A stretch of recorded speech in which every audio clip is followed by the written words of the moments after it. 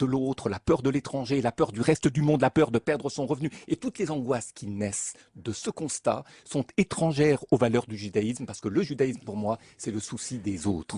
C'est quelles sont les valeurs du judaïsme. Pour le savoir, il faut aller au texte, l'Ancien Testament, hein, c'est-à-dire Deutéronome, Lévitique, les Nombres. Qu'est-ce que dit l'Ancien Testament? Que Dieu a choisi un peuple qu'il a fait son peuple élu ou choisi, hein, c'est-à-dire c'est un peuple qui a été choisi, qui est donc supérieur aux autres peuples, à qui il a promis une terre promise qu'il faut d'ailleurs prendre de force aux gens qui y habitent déjà. Il ne faut pas oublier que cette terre est promise, elle n'est pas la terre des ancêtres, elle est promise. C'est une terre qu'il faut voler et qu'il faut conquérir par la force, la brutalité, c'est bien dans l'Ancien Testament, pour de ce lieu-là que ce peuple choisi par ce Dieu règne sur les autres nations, qui le détruira et réduira en esclavage. Voilà, donc c'est ça le substrat de l'Ancien Testament.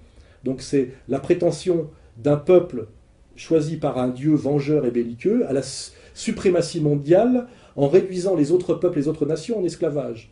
Et après, si on veut faire compléter, comment s'acquiert cette qualité juive? Par le sang de la mère. Donc c'est une prétention à la supériorité qui se transmet par le sang, hein, qui est donc la définition la plus radicale du racisme. Hein.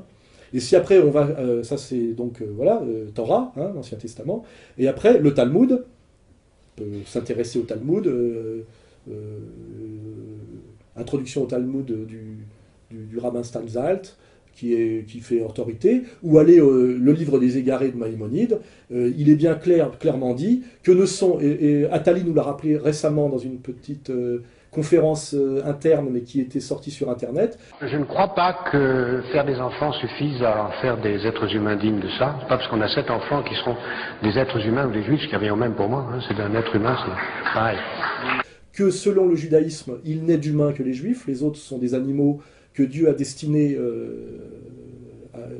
a mis sur terre pour qu'ils les servent comme des esclaves ou des animaux, hein, c'est bien clairement dit, et que il est loisible pour accomplir ce projet exigé par Dieu, qui est la suprématie en tant que peuple élu sur les autres peuples réduits en esclavage, il est autorisé de mentir aux non-juifs, de le voler, etc. etc.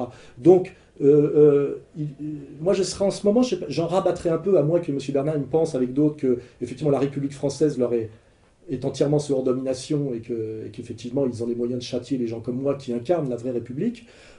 Effectivement, les valeurs du judaïsme, si on s'y intéresse, hein, suprémacisme racialo-communautaire au nom d'une vision inégalitaire et raciale du monde, qui s'accomplit soit par la violence pure, comme le rappellent les fêtes de Pourim ou de Hanouka, soit par la fourberie et le vol, si on ne peut pas faire autrement. Ces valeurs ne sont pas compatibles effectivement avec les valeurs du Front National, mais elles ne sont pas compatibles non plus avec les valeurs de la République française.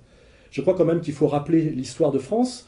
L'émancipation des Juifs a été faite en France par Robespierre, qui était la main tendue en disant que les Juifs pouvaient devenir des citoyens français à part entière. C'est-à-dire qu'ils adhéraient aux valeurs de la République, ils accédaient à la citoyenneté, et l'échange, c'était qu'ils renonçaient aux valeurs du judaïsme, on va dire que j'appelle moi talmudo-sioniste, c'est-à-dire à ce suprémacisme ethnico-religieux, belliqueux et haineux.